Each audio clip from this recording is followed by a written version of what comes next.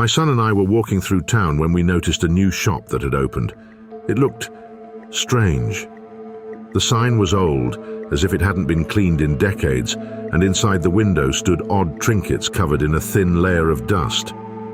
My son convinced me to go in, curious to see what kind of place this was. I hesitated at first, but curiosity won, and we stepped inside. The shop was dimly lit, the air heavy and smelling of old wood. Shelves lined with unusual toys and antique items stretched down the aisles, each of them feeling out of place in this world. Then, suddenly, my son spotted a little dog. Small, with big black eyes like those of a real puppy, although there was something strange about its gaze. The toy didn't look like the usual plush animals, but it still seemed cute. My son begged me to buy it, and as always, I couldn't say no. As we were heading to the register, I noticed another toy, a doll. Its eyes were unnervingly large and hollow, its face deathly pale. It stood motionless on the shelf, and the longer I looked at it, the more unsettled I felt. It seemed to be staring right at me, filling me with an inexplicable fear. We decided to leave it and left the shop with just the little dog. My son played with it all day and even went to bed hugging it as if it were his loyal friend. That night, I woke up to his screams coming from his room. Rushing in, I found a horrifying sight. My son, trembling on the bed, covered in bites, pale and terrified. I looked around, but no one was there, only that cursed toy dog lying next to him on the pillow. We immediately took him to the hospital, but the doctors couldn't explain how he'd gotten those bites. The next night, I left our daughter at home, hoping that whatever happened wouldn't repeat. But again, in the middle of the night, the screams echoed through the house. She too was taken to the hospital.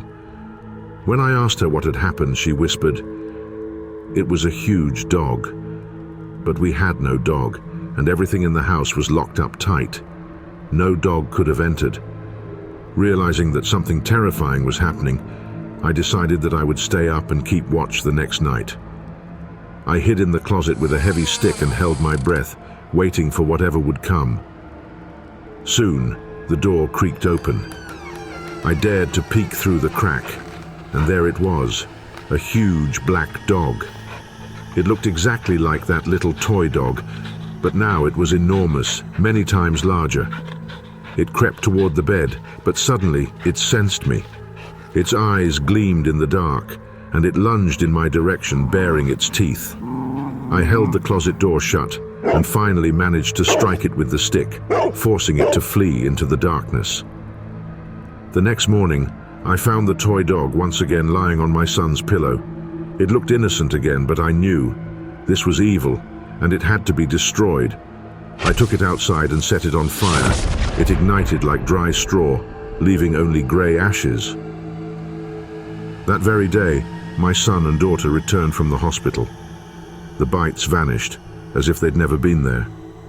That night, feeling exhausted and drained, I finally went to bed. I thought the worst was over. But as I began to drift off, I felt a presence, a gaze fixed on me. Opening my eyes, I froze in terror.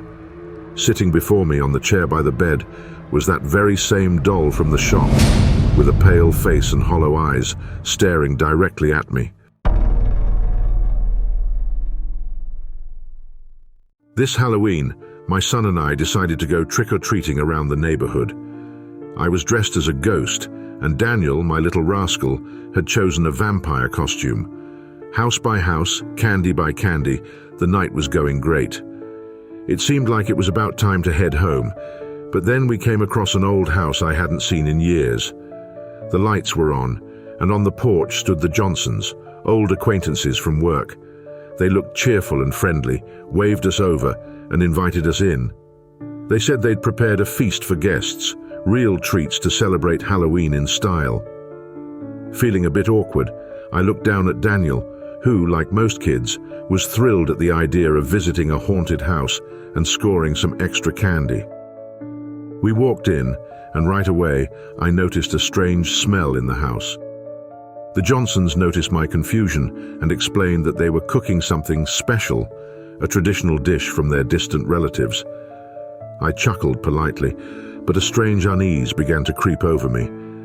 In the living room, under dim lights, a spread of appetizers covered the table, but something about them looked off. I couldn't put my finger on it. Sitting at the table and making small talk, I suddenly noticed the odd looks Mr. and Mrs. Johnson were giving each other, like they were hinting at something. Then they asked, "You like trying new things, don't you?" I didn't have time to answer when I realized that faint smell was coming from the dishes on the table. It was so unfamiliar, it made my chest feel tight. And then I heard a whisper from beyond the wall. I couldn't make out every word, but I heard something about the last batch and guests who haven't been touched yet. My heart pounded. I realized we were at a dinner hosted not by friendly neighbors but by predators who saw us as just the next meal. Trying not to show my fear, I took Daniel's hand and looked at the Johnsons, nodding with a forced smile. "Thank you for the invitation. Daniel needs to get to bed soon. He's got practice in the morning." The Johnsons nodded understandingly, but their eyes glinted like those of creatures unwilling to let go of their prey. We stood up, and I slowly made my way to the door, trying not to rush so as not to raise suspicion. Daniel gripped my hand tightly, sensing something was wrong.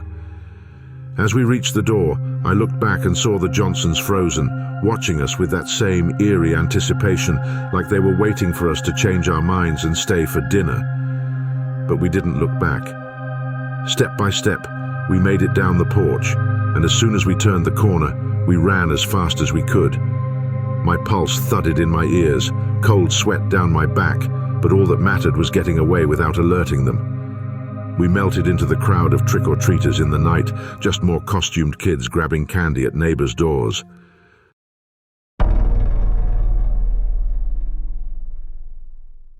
When I was about 6 or 7 years old, I had a carpet in my room, bright, with an image of a little lion and a tiger standing next to each other, like two inseparable friends. During the day, this carpet seemed harmless, even a bit silly. But then night would fall, and these creatures would start to change. Every night started the same. The room would fall into complete silence once the sounds of the TV faded behind the walls and my parents went to sleep. I lay in bed, hiding under my blanket, trying not to look at the carpet, but it didn't help. First, in the dim light, I'd hear a faint rustling. It might have been just the floor creaking, but soon I'd see slow, barely noticeable changes in the carpet. The lion's mane, woven into the fabric, seemed to start moving, coming to life. It would slowly spread, covering the entire carpet in waves, wrapping around the tiger, stretching out like snakes, reaching all the way to the floor near my feet. The room smelled strange, like old damp fur.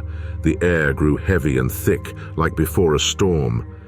And then, barely holding back my terror, I'd see the lion, the leader of this strange pair, slowly open his eyes. His eyes weren't kind or childish anymore. They were cold, evil, full of mockery and dark pleasure. His lion mouth twisted into a grin, showing sharp teeth, long and crooked, like an ancient wild cat. He looked at me as if he knew all my fears and waited for them to crash down on me again. Next to him, the tiger, though not as frightening, would let out a low growl, like his throat was tangled with hate. His gaze burned like fire.